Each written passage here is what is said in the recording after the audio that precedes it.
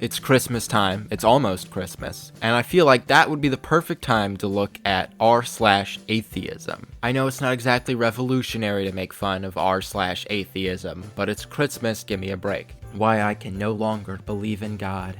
I grew up religious, but after thinking deeply and studying different religions, I do not believe in God. The world we live in does not match the idea of an all-powerful, all-good being. If God existed, why is there so much suffering? This has never made any sense to me as an argument, which this video isn't about arguing for God. What I am here to do is laugh at some goobers, and this is a goober worth laughing at, because where in any religious text does it promise freedom from suffering? Take the 12 apostles, for example. They didn't exactly live awesome lives. Muhammad was poisoned, he died. So if freedom from suffering was something most religious people expected, I think everyone would be an atheist. On top of that, religious people often say things like, if your prayers are not answered, it was not meant to happen. Or, I don't know, God's not a fucking wishing well. Yearly visit at work from caroling Christians.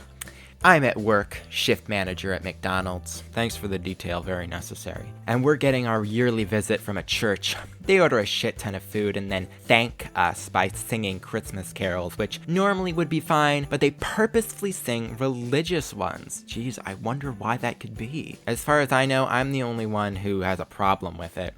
I guess I can just revel in the fact that I, a pansexual atheist, is taking their order. And they have no idea. I'm gonna go out on a limb here and say they probably don't give a shit. Hot take, all religion is mental illness. I mean no disrespect to other mental illnesses, nor to those dealing with them whatsoever. But I see religion as far more than a delusion. It's its own sickness. Offering food, building monuments, taking to an invisible friend, and justifying oppression and abuse with a made-up storybook is on par with insanity. I know there aren't genuine hallucinations like schizophrenia, but people claim to see and hear signs of God's existence. They speak to and for this thing they've never met, like a 5-year-old saving space for Maurice, his space cowboy playmate at the dinner table. Maurice? What kid names imaginary friend Maurice? These people are so bitter for such an innocuous reason. It's like r/dog free, except instead of dogs, it's religion. How do theists explain divine sexuality in the Bible? General belief in Abrahamic religions is that God is male. Okay, why, if God is the only God, why does he have genitalia?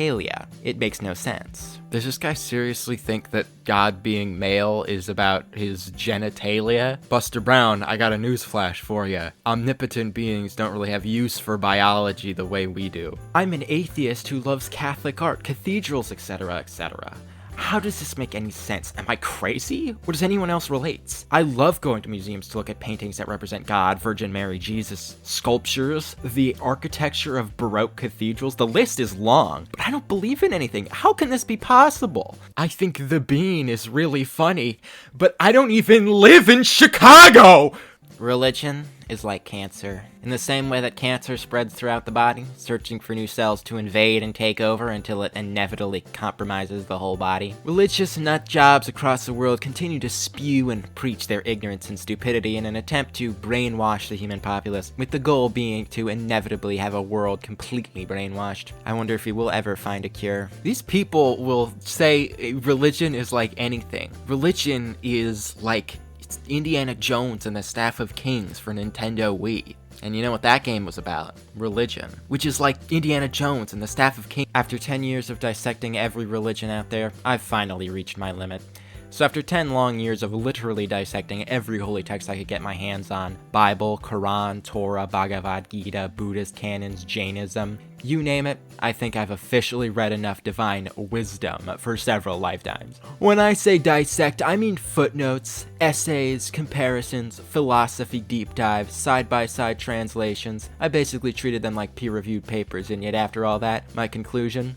It's all absolute bullshit, OMG. Like, how do people read these and still go, yep, that sounds legit? Have you actually read them? Because the contradictions, moral gymnastics, and historical inaccuracies are off the charts. Every single atheist versus believer debate is, but it doesn't actually say that. It has a diff meaning, OMGGG, STFU, please, BFR. You know, I'm gonna say that judging just by the way that you write, you probably aren't the scholar you make yourself out to be. Also, big surprise, you did research and found out that what you believed the entire time was true. God wanting a relationship with us is a contradiction. Why would an all-powerful God that lacked nothing want worship from us? The desire of wanting now holds dominion over said omnipotent God, as they themselves alone do not suffice. Stunningly, someone in the comments actually called him out for anthropomorphizing a god who is, get this, not a human. No, I will not just sit back and be okay with people thinking what they want to think, especially if what they think is bonkers. I mean, that's pretty bold coming from you, since everything on this subreddit sounds like something that you would hear if you were cornered by a crack addict. Let's drop the polite framing. If you evaluate Jesus the same way you would evaluate anyone else making these claims today, the conclusion is obvious. Zero writing from Jesus himself, zero contemporary eyewitness records. Anonymous gospels written decades later. The resurrection story, classic cult damage control. Leader dies, followers can't accept it. Narrative shifts to he rose again. Fuck out of Conveniently with no neutral witnesses and conflicting accounts. What's Rome adopted questioning it became dangerous with centuries of enforced belief in the rest. Being atheist is not a choice.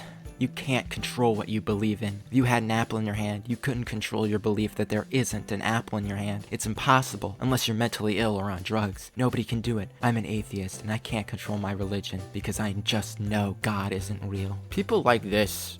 People on these subreddits, just like r/dogfree, they always like to act like they're oppressed.